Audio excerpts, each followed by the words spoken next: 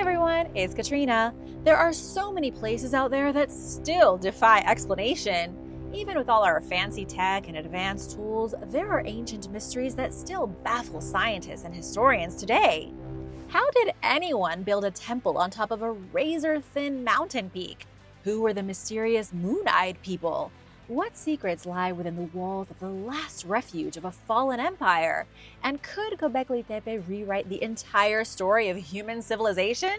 Let's see if we can figure it out. The Fanjing Shan Temple. Do you think you have what it takes to make it to the top of one of the most beautiful and mysterious sites in the world?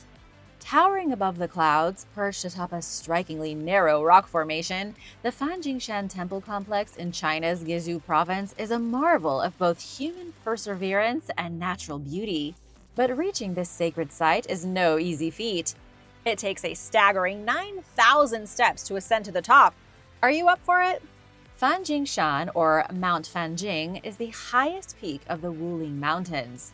At its peak, two temples, the Temple of the Buddha and the Maitreya Temple, stand atop Red Cloud's golden summit, a narrow rock pillar rising 330 feet above the already high mountain. If you get vertigo or are prone to dizziness, don't even try to get up to this place. Unlike the world's tallest human-made structure, the Burj Khalifa in Dubai, the only way to experience Fanjing Shan's splendor is through a grueling hike. You have to climb up steep and narrow steps carved right into the mountainside, sometimes with only an iron chain railing for support. The ascent alone takes around 4 hours, testing both physical endurance and spiritual resolve. This striking location offers a spectacular panoramic view, often shrouded in mist, creating an ethereal, almost otherworldly scene. But how in the world did anyone even build this majestic temple complex? The history of the Fanjing Shan Temple complex is as awe-inspiring as its location. Some sources trace its origins to the Tang dynasty of 618 to 907 AD, while others think it was constructed later during the Yongle period of the Ming dynasty, between 1403 and 1425. The mystery here is that no one has the foggiest clue who built the gravity-defying temples or when. But there is a reason. Regardless of its exact beginnings, this site has long been revered in Buddhism. It's a religious paradise in the clouds. Zeus must be fuming over how much cooler Fanjing Shan is than the actual Mount Olympus in Greece. Beyond its cultural significance, Fanjing Shan is an ecological treasure. Recognized as a UNESCO Biosphere Reserve in 1986 and designated a UNESCO World Heritage Site in 2018, the mountain is home to an astonishing variety of plant and animal species. Due to its geographical isolation, it has developed unique biodiversity, with over 3,700 plant species and 450 vertebrates, including the critically endangered Guizhou snub-nosed monkey. Reaching the temple complex is a multi-step adventure, so listen close to see if you can handle it. Visitors begin at the Fanjing Shan Scenic Area, about 50 miles from Tongren City. From there, a sightseeing bus transports travelers to the base, followed by a cable car ride that offers breathtaking views of the mountain's lush forests. However, the true challenge begins at Pudu Square, where the grueling, nearly 10,000-step climb to the summit starts. For those willing to brave the ascent, the reward is unparalleled. It's a chance to stand among the clouds, surrounded by centuries of history, mystery, and the serene spirituality of one of China's most extraordinary temples. Would you like to climb the sacred mountain, or have you already? Let us know in the comments. Georgia's ancient moon-eyed people. Was this wall built by ghosts? Throughout history, many mysterious structures have been built for unknown reasons by civilizations lost to time. One such puzzle lies within Fort Mountain State Park in Georgia. Tucked away in the foothills, a zigzagging stone wall that has perplexed historians, archaeologists, and geologists for generations. Who built this prehistoric wall and what purpose did it serve? The ancient wall, stretching 885 feet along the summit of Fort Mountain, was constructed using local stones from the surrounding area. Along its length, there are several pits resembling ancient foxholes. Though the purpose of the structure remains unclear, it has been compared to the Great Wall of California, another mysterious rock formation of uncertain origin. Unlike typical fortifications, the wall in Georgia does not seem designed for defensive purposes, nor does it contain artifacts or funerary remains that could help pinpoint its age or function. An easy-to-follow path leads visitors to the wall, which varies in height from 2 to 7 feet. Scattered loose rocks suggest it may have once been taller or more extensive. But like all the mysteries I'm telling you about in today's video, nobody knows jack squat about it. The wall is without a doubt one of America's deepest secrets. There are, of course, many theories to explain the existence of this structure. Some believe it was built around 500 AD for religious purposes, possibly by an unknown sun-worshipping civilization.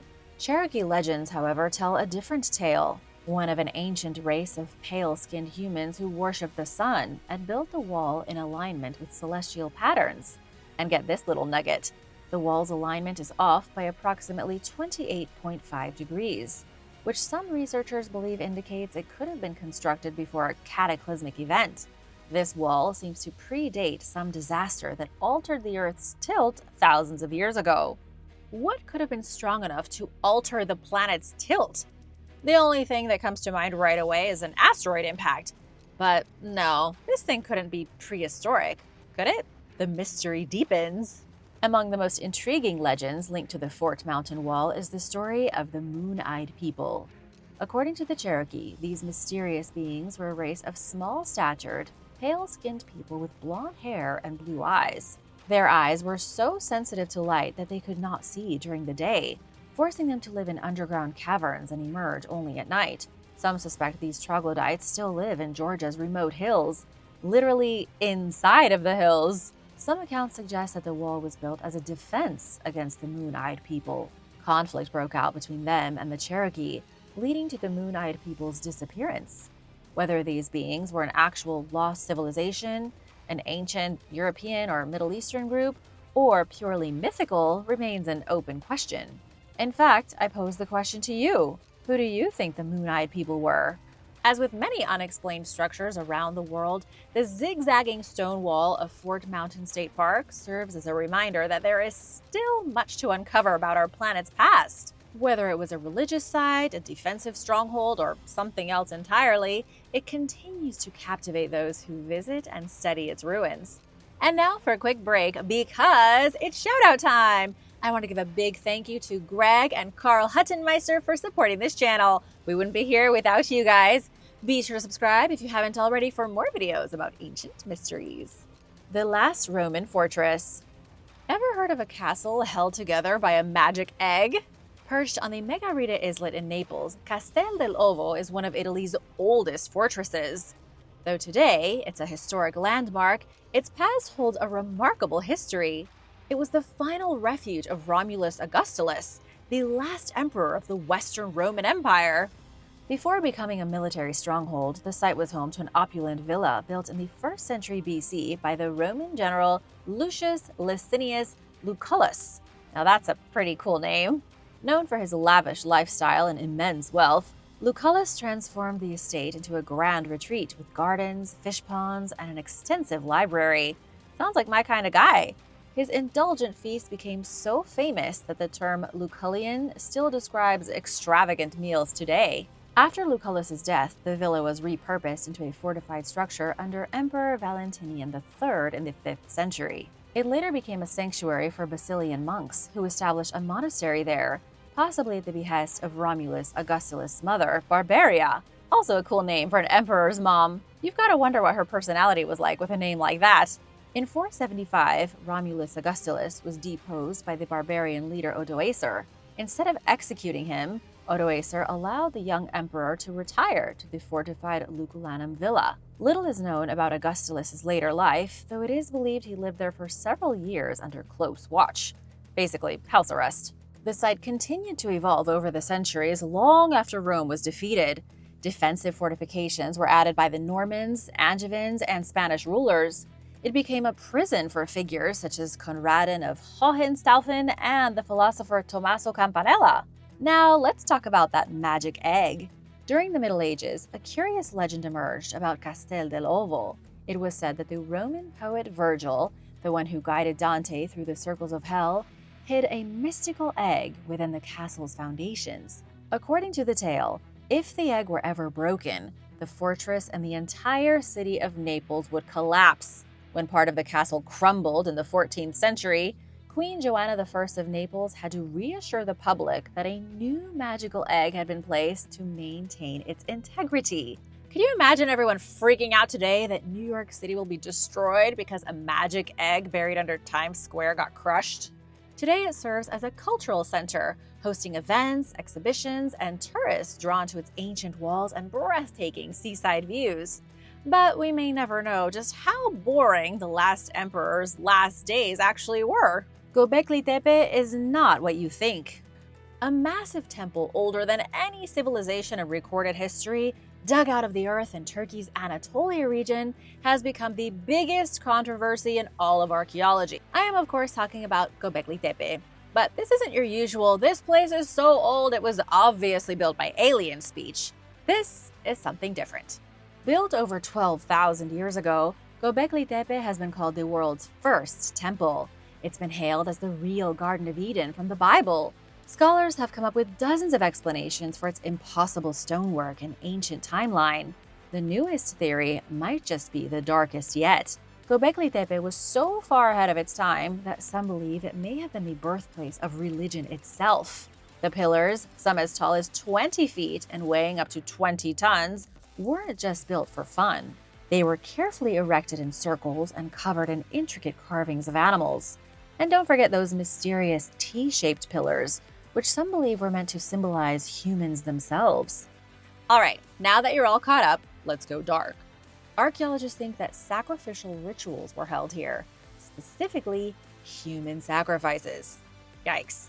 While mainstream scientists are saying Gobekli Tepe was a community center for nomadic tribes, others are saying it was actually a place to perform ritual sacrifices to appease the gods who controlled the forces of nature, like storms, earthquakes, and droughts.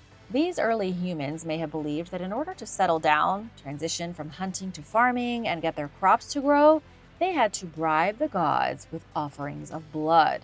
And by offerings, I mean humans and animals. There's nothing that can get a god's blood pumping like a young virgin sacrificed to improve the harvest. Before you ask, yes, there is proof, such as the gift-bearer statue found at Gobekli Tepe, which is seen holding a human head. It's got sacrifice written all over it. And there's more proof. Did you know that no burials have been found at the site, but plenty of human bones have turned up? These bones show signs of modifications like deep incisions and drilled holes, most likely so the skulls could be hung and displayed. Forget about all your art on the walls. How about hanging up bloody skulls? The theory states that the builders weren't permanently living in Gobekli Tepe. Instead, they were visiting to perform these brutal ceremonies, maybe once a year, hoping the gods would provide blessings for them. But it didn't end with sacrifice. After the ritual, they would bury everything under the dirt, covering their tracks for the next visit. This could explain why Gobekli Tepe was found purposely buried under a massive mound of dirt. And finally, I must mention the global connection. There is evidence that the same ideas from Gobekli Tepe might have traveled across Europe, influencing places like Stonehenge and the Spanish Stonehenge. It's like a ritualistic road trip from ancient Anatolia all the way to Britain. What if all these ancient sites were built by the same people, practicing similar sacrificial rites in an attempt to win the gods' favor? Is it possible that the mysterious ways of Gobekli Tepe echo through history, showing us how our ancestors attempted to control the very forces of nature? What are your thoughts? Let me know in the comments. Armageddon, the final battle confirmed. Could ancient pottery finally solve a biblical mystery about a king, a pharaoh, and a battle that foreshadowed the end of the world? If ancient battles had movie trailers, the showdown at Megiddo in 609 BC would have been marketed as more epic than the third Lord of the Rings movie. This brawl starred King Josiah of Judah, Pharaoh Necho II of Egypt, and a city whose name inspired the term Armageddon. Up until recently, the only proof that Armageddon was a real battle was in the Bible. But now, thanks to some very old pottery fragments, archaeologists might finally have some dirt on what really went down. For centuries, the Bible has told us that King Josiah squared off against Necho II at Megiddo. The Book of Chronicles makes it sound like an epic final battle. Archaeologist Israel Finkelstein and his team have found Egyptian and Greek pottery fragments from the late 7th century BC at the real site of Megiddo, which suggests the Egyptians were there when the Bible says they were. It's confirmation that in this case, the Bible is telling the truth about the pharaoh's assault on the city. And it wasn't just the Egyptians there, but Greek mercenaries too. Necho II liked to outsource his battles, probably to cut costs. Hiring Greek warriors was the ancient version of using a temp agency. Finkelstein and his team examined the pottery's stylistic flair and the type of clay used, and voila! It lined up perfectly with Egyptian craftsmanship of the time. This supports the claim that Egypt had a military presence in Megiddo when Josiah made his fateful last stand. But what happened to Josiah in the end? Did he die heroically in battle, sword in hand, shouting, "For Judah!" as he faced Necho's chariots? Or was it more like, "Hey, can we talk?" followed by an abrupt decapitation? Historian Jacob Wright from Emory University suggests Josiah might have been in Megiddo to pay his respects to Necho. If true, that would mean he got executed for being in the wrong place at the wrong time. Ancient diplomacy was brutal. Meanwhile, archaeologist Asaf Kleiman from Ben-Gurion University pointed out that the Book of Kings says Josiah was put to death in Megiddo. It doesn't have even one dramatic battlefield scene. But the Book of Chronicles makes it sound like an all-out war. Two biblical books with two different versions of Armageddon. Which version is true? The suspense is killing me. While this discovery doesn't prove Josiah and Necho had a full-scale battle, it does confirm that Egypt was in town when things went south for King Josiah at Armageddon. Whether he died in battle or got the Game of Thrones treatment remains up for debate. This is one of those times where the Bible has both been confirmed as factual while also still being totally mysterious. The mystery of the bogs. Warning, shivers down your spine may occur. The land of the bog bodies is shrouded in mist. It's an eerie journey to reach the realm of fog and rotted corpses, gliding past willow-shrouded swamps on a quiet train. These chilling yet oddly serene waterholes have been preserving ancient humans for over 2 millennia, pickling them like the finest cucumbers, but in a far more unsettling way. Intrigued? A little creeped out? Welcome to the mystery that lingers like the scent of wet earth in the air. From the soggy green fields of northern Europe to Denmark's many bogs, ancient people were laid to rest in marshy graves 2,000 years ago, and scientists are still struggling to understand why. Their perfectly preserved bodies hint at violent ends. These weren't peaceful deaths. Oh no, they were strangled, stabbed, and hanged. You know, your typical bog body drama. While scientists can only guess whether they were criminals, sacrificial victims, or unlucky tourists who took a wrong turn, they leave us with one chilling truth. These bodies are like nature's time capsules, keeping their stories locked away for us to ponder. If you're planning to pay these preserved souls a visit, I suggest heading to Denmark. Denmark, with its bogs as deep as its Viking history, has one of the highest concentrations of these eerie finds. It's like a bog body buffet, with the land serving up gruesome relics. These bog bodies were often purposefully placed in swamps, where they were then preserved by the acids of sphagnum peat moss, the bog's equivalent of a spa treatment. Forget the embalming fluid. This place had nature's preservation magic down to an art. One of the most famous residents of this morgue of the ancients is the Herald Scare woman, whose eerie face, forever frozen in shock, sits in a glass sarcophagus in the museum. She was initially thought to be a Viking queen, but a little science debunked that theory. It turns out she was no Viking. She's a 2,200-year-old lady who met a very bad end. Scientists even looked into her stomach and identified her last meal: millet and blackberries. She was eating about as good as a wild deer.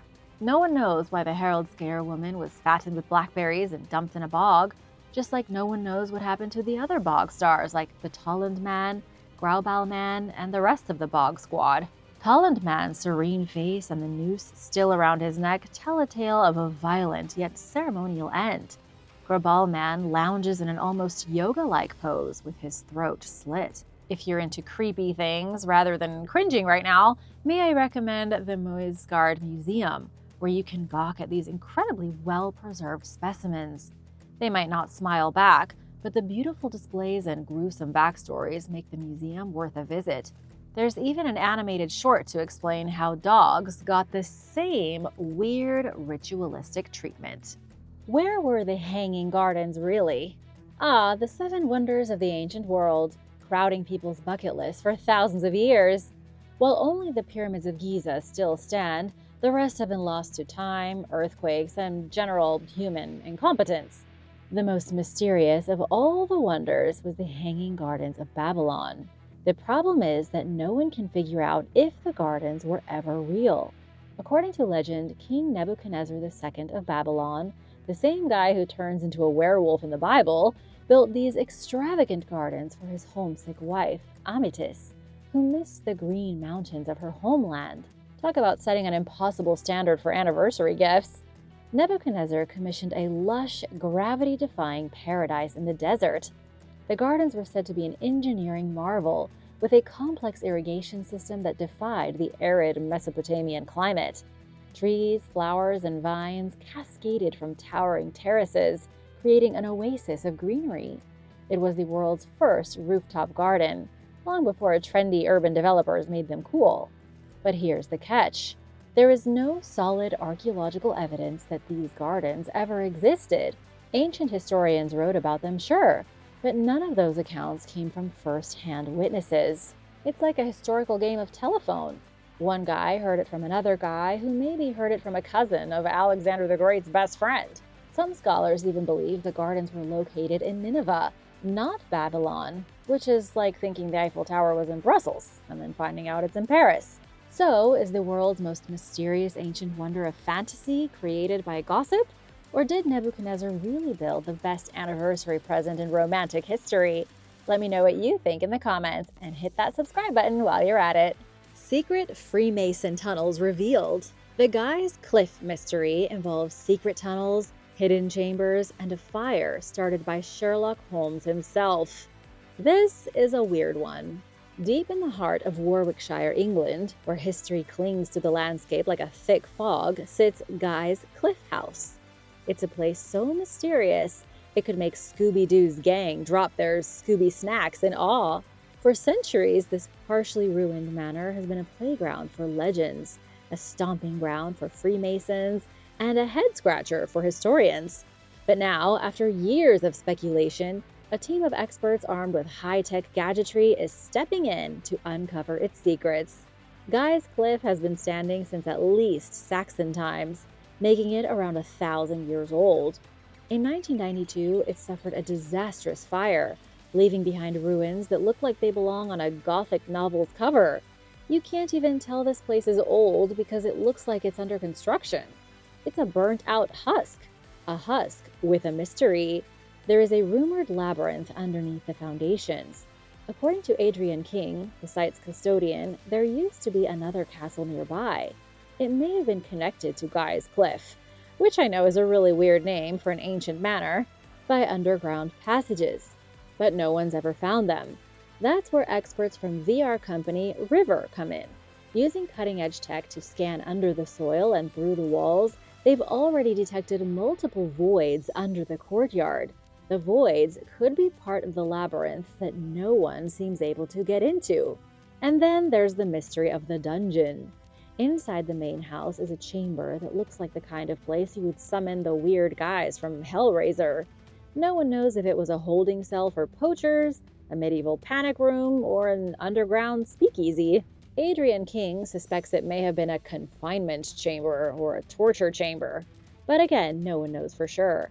Whatever it started out as, it later morphed into an ice house. Sure, why not repurpose a creepy dungeon into a medieval refrigerator? Times change, right?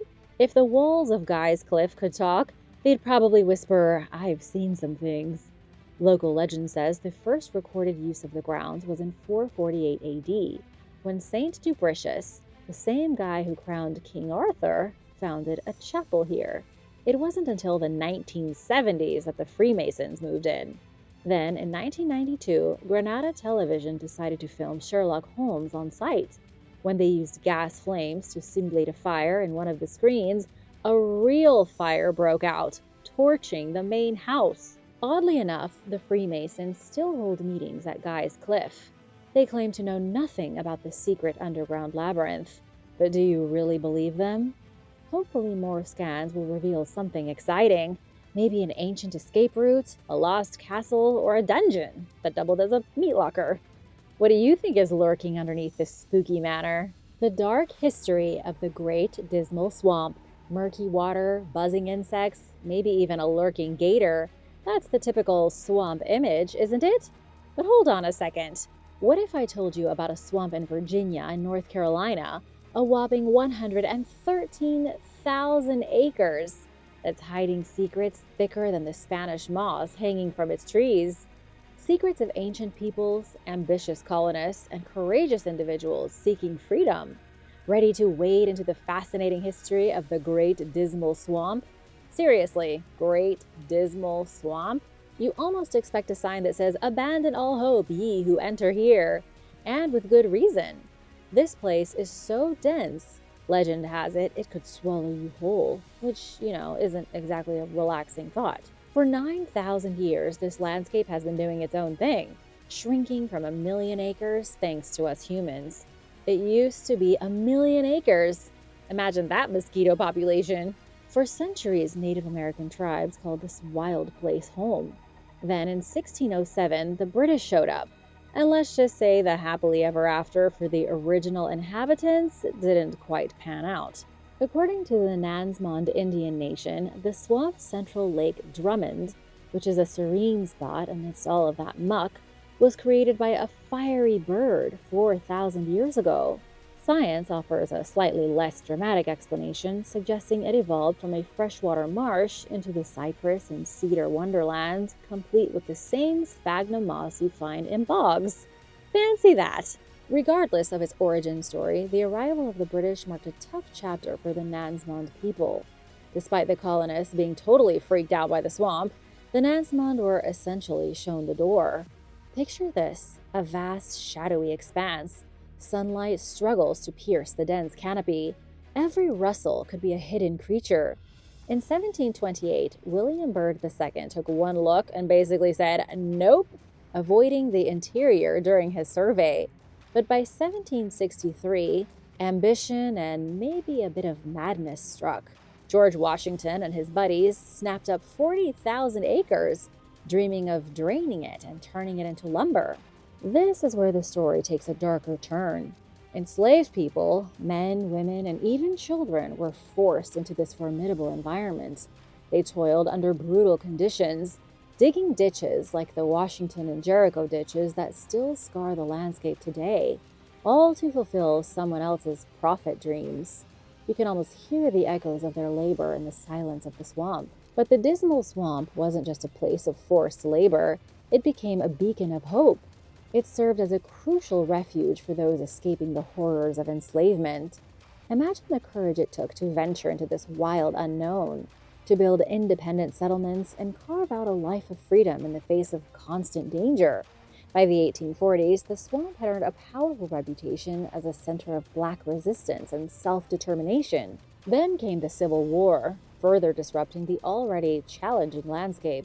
Many who had found freedom in the swamp sought the relative safety of Union lines. After emancipation, formerly enslaved people hoped to build new lives here, to own land.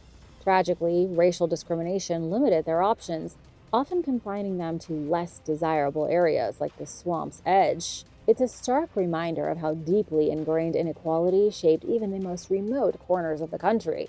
Today, the Great Dismal Swamp is a vital sanctuary, teeming with wildlife and holding within its murky depths the poignant stories of those who called it home, the displaced Native Americans and the resilient Black communities who sought refuge within its borders. Can you imagine what life must have been like living in a place called the Great Dismal Swamp? The Roman Pit of Dogs. Irony has hit an all-time high. Buried beneath the quiet grounds of what used to be the Animal Husbandry Center at Nescott College, researchers stumbled upon something that left them scratching their heads. No one had expected to uncover so many bones. Dog bones, to be specific. Deep below the surface lay an ancient Roman quarry pit. Instead of a pile of boring old rocks, it held a shocking secret. Over 5,400 dog bones from at least 140 individual canines. Under the Animal Husbandry Center was the mass grave of man's best friend dating back to Roman Britain. That's gotta be the strangest coincidence ever. Was this some kind of underground dog park gone wrong? Or were these dogs part of something even stranger? Dr. Ellen Green, a paleopathologist from the University of Reading, recently laid out her chilling yet oddly heartwarming theory. Dr. Green believes these dogs were sacrificed to the gods, but only after living long, cushy lives as beloved pets. I'm a little torn on this one. On one hand, dog sacrifice is a tragic bummer. On the other hand, they lived long, healthy lives as Romans' best friends. They were pampered, adored, and well-fed, like the ancient equivalent of a spoiled chihuahua in a designer handbag. Some of the pups were even elderly, suffering from arthritis and other age-related conditions. What all of this means is that if Dr. Green is correct, their owners may have thought sacrificing them was the most merciful way to send them off. It wasn't like a violent, angry beheading. These dogs were loved, cared for, and right before the end came, sent off to meet the Roman gods. Here's something that often gets overlooked in movies and TV. Romans loved their dogs as much as the Egyptians loved their cats. These four-legged companions were hunting partners, guards, and status symbols. Roman Britain was particularly famous for its hunting dogs, so much so that even the Greek geographer Strabo wrote about them as one of the country's finest exports. Beyond their practical roles, dogs also had a deep spiritual significance. There was Pluto, the god of the underworld, who had a guardian dog sort of like Cerberus. Hecate, goddess of magic and the moon, was linked to spectral hounds. Witches and dogs are always a good combo. Some Roman rituals specifically required dogs, meaning a lot of temples had dogs working in them. What breeds do you think the Romans preferred? Dr. Green's analysis found a mix of breeds, but smaller dogs were especially common. Many had chondrodysplasia, a fancy way of saying they had tiny legs like corgis. Ancient Romans were also known to have small lapdogs, much like the modern Maltese. It's a little strange that most of the dogs found in the pit under Nescott College were the barky kind, rather than hunting dogs and guard dogs. Why did people feel the need to sacrifice pampered couch potatoes but not ferocious boar-hunting hounds? Was it only wealthy people who had the luxury of offering their pups to Pluto and Hecate? There is still so much we have to learn about how ancient civilizations treated and even honored their pets. Do you love dogs as much as the Romans? Thanks for watching! Be sure to stay tuned for extra content you might have missed. Jade burial suit. The Han Dynasty in China was extremely powerful and rich. The royal and the wealthy for some reason chose a very unique burial suit that looks almost robotic, pieced together with mosaic tiles made from jade. These jade suits were extremely expensive, and for centuries people believed that these suits were just legend. Jade was the most precious stone in ancient China that symbolized purity and moral integrity. But in 1968, researchers announced the discovery of a tomb with an extremely well-preserved suit, proving the stories were real. Then they discovered another complete suit. One of them had 2,498 jade plates and over 2.5 pounds of gold wire. Subsequent discoveries of more jade suits led researchers to conclude that they were probably fairly common among the Han Dynasty's wealthiest aristocrats. Unfortunately, many, if not most, jade suits were likely lost to grave robbers at some point in history. Other suits that have been found were made up of small square or rectangular pieces, although archaeologists have found others made with triangular, trapezoid, or rhomboid pieces. The pieces were sewn together with wire, and some suits were held together with gold, silver, or silk thread. It looks like the type of string that was used depended on a person's social status. Emperor's suits were threaded with gold, while suits belonging to princes, princesses, dukes, etc. contained silver thread. Copper thread was used for the sons and daughters of those whose suits were bound with silver, and lower-ranking aristocrat suits were held together with silk.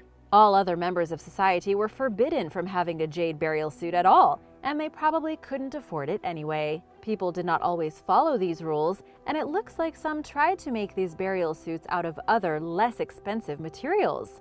On average, it took several years to create just one suit. These are now recognized as some of the greatest treasures in China. The Hermit King's Lair. Located near the River Trent in the countryside of central England, a site called Anchor Church Caves once served as a refuge for an exiled Anglo-Saxon king. Long regarded as an 18th century folly, in other words, a building made for purely decorative purposes, the structure probably served a real purpose. The cave house was built around 1,200 years ago and may have housed Northumbrian King Eardwulf, who was deposed and exiled for unknown reasons in 806 AD. The disgraced medieval monarch lived during a politically turbulent time that was marked by persistent fighting between kingdoms and kings. Eardwulf was removed from power, possibly by his own son, just 10 years after he murdered two of his predecessors and took the throne in 796 AD. He spent the rest of his life in exile in the neighboring rival kingdom of Mercia. As unusual as this sounds, living as a hermit in caves was one way for former royalty to take on a religious life of sorts, according to archaeologist Edmund Simons, who spoke with Live Science. A reconstruction of the cave's original plan consists of 3 rooms and a chapel. Simon said that cave dwellings like this may represent the only surviving examples of Saxon architecture. He participated in a study that identified 20 other cave houses in west-central England, dating as far back as the 5th century. During the 18th century, English aristocrat Sir Robert Burdett repurposed the Anchor Church caves as a dining space for him and his friends. They could eat outside in the privacy of the magical, secluded area. Who wouldn't want to eat here? Historians are excited that there is a building 1,200 years old in plain sight, and they are hoping to find more. Medieval Nubian Cathedral. Using remote sensing technology, a team of Polish archaeologists working in Old Dongola, northern Sudan, recently discovered the largest Nubian church ever found in the region. This suspected medieval cathedral may have served as a seat of power for archbishops when Christianity gained a foothold in the Nubian kingdom of Makuria during the mid-6th century.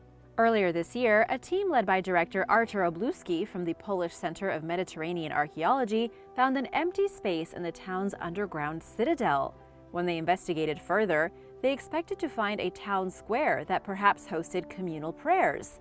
Instead, the team encountered the structure which proved to be a vast medieval Nubian cathedral, far from the rest of Christendom, but probably one of the most powerful Christian communities in Africa. At the site, they unearthed 2 apse walls decorated with large figures, as well as a large domed tomb, which Obluski believes may be the burial of an archbishop. The building measures roughly 85 feet wide and is about as tall as a 3-story apartment building. After thriving as a Christian center into the 14th century, Dongola fell under the influence of Islam. Excavations have been ongoing since 1964 and currently aim to document the final period of Christian Dongola, as well as the development of pre-colonial African societies. Further research will hopefully help Obluski and his team accurately date the cathedral, which was likely built during a time period when churches were influential landowners that were typically run by elites and royals. Mediterranean whales. Around 2,000 years ago, during the 1st century, the famed Roman author, naturalist, and philosopher Pliny the Elder wrote about orcas hunting whale calves in the Mediterranean Sea near the Strait of Gibraltar.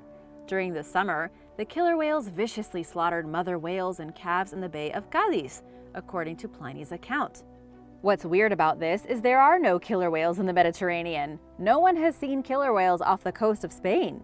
In fact, not many whale species are seen in the Mediterranean, period, and none are known for breeding in the region, leading researchers to believe that Pliny may have mistaken dolphins for whales. But dolphins aren't known for slaughtering mother whales and calves either.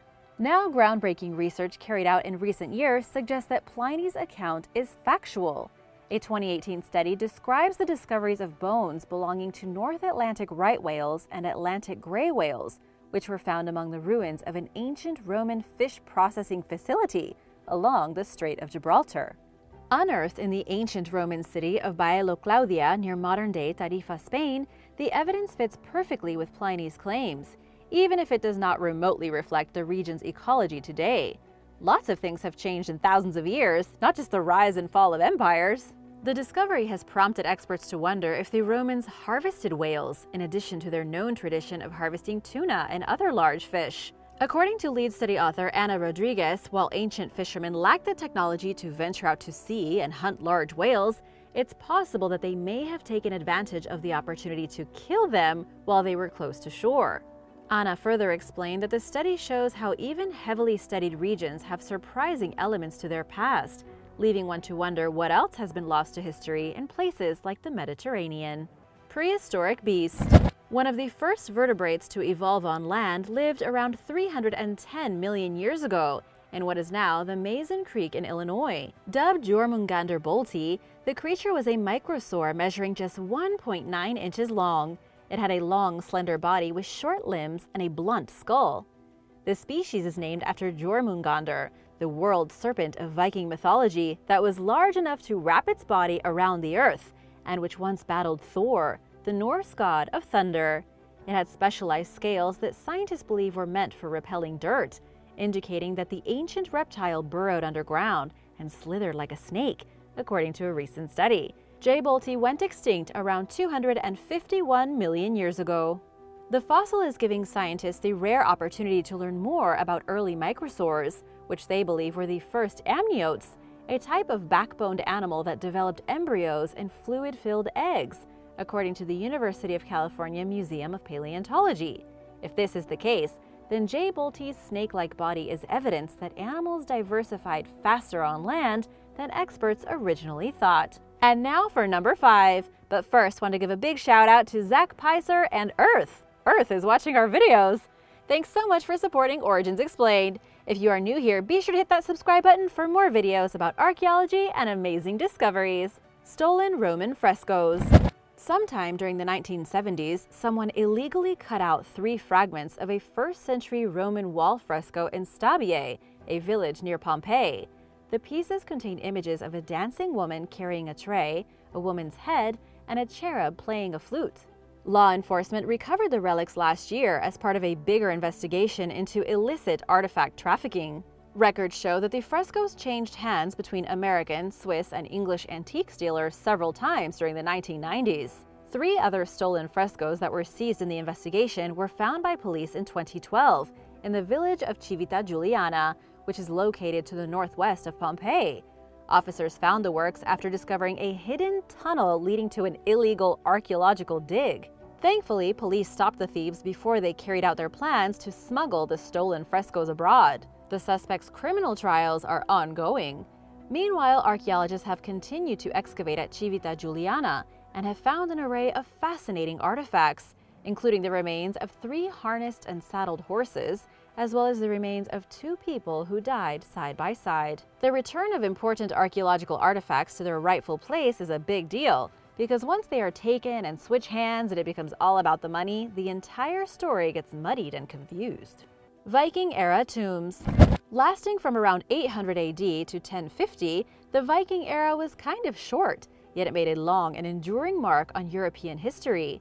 Discoveries from this fascinating period are continuously being made, with one of the latest consisting of 7 Viking-era tombs in the ancient Swedish town of Sigtuna, near modern-day Stockholm.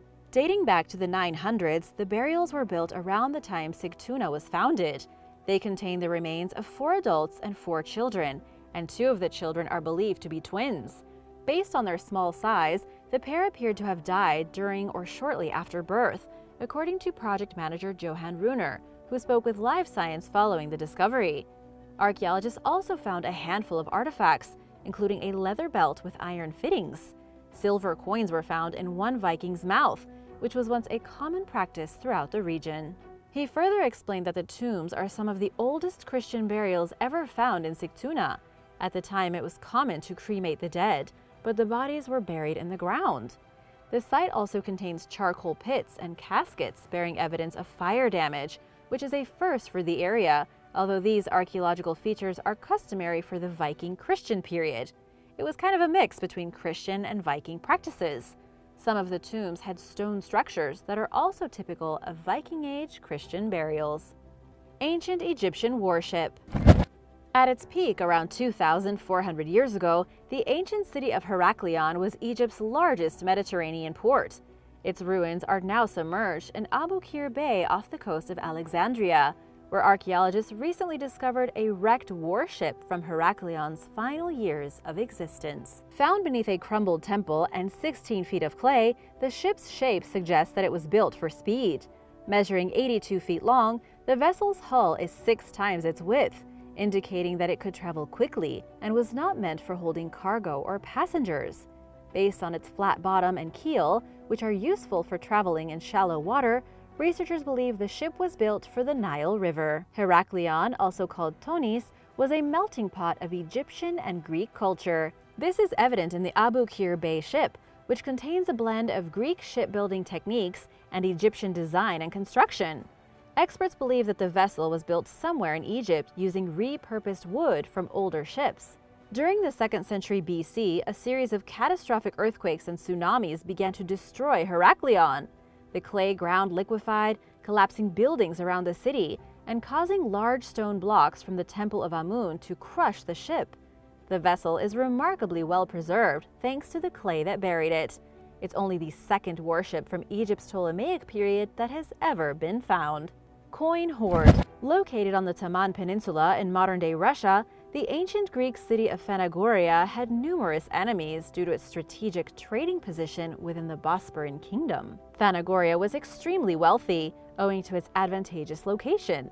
For centuries, the city faced repeated attacks by the Huns, Turks, and other groups hoping to seize its wealth. When Phanagoria was raided during the first half of the 6th century, a quick-thinking resident placed their coins in an amphora and frantically buried the loot, which they never came back to get. Archaeologists found the container filled with 80 copper coins called staters while excavating a layer of Phanagoria that bears evidence of fire damage from the attacks.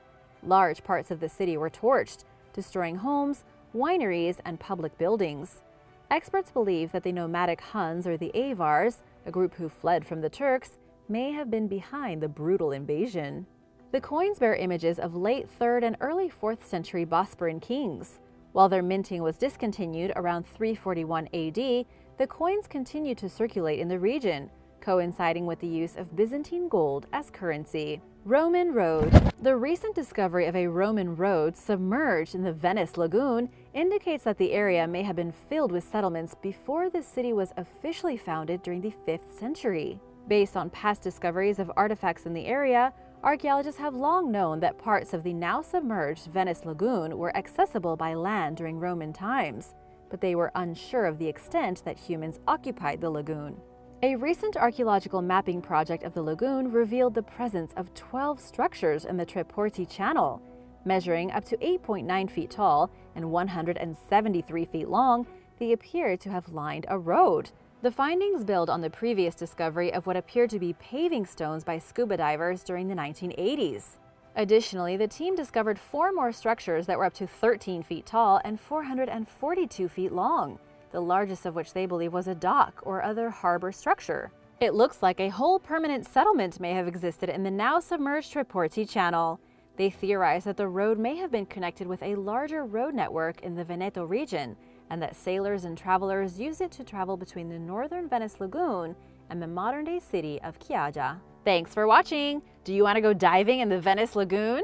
Let me know in the comments below, and be sure to subscribe if you haven't already. See you soon! Bye!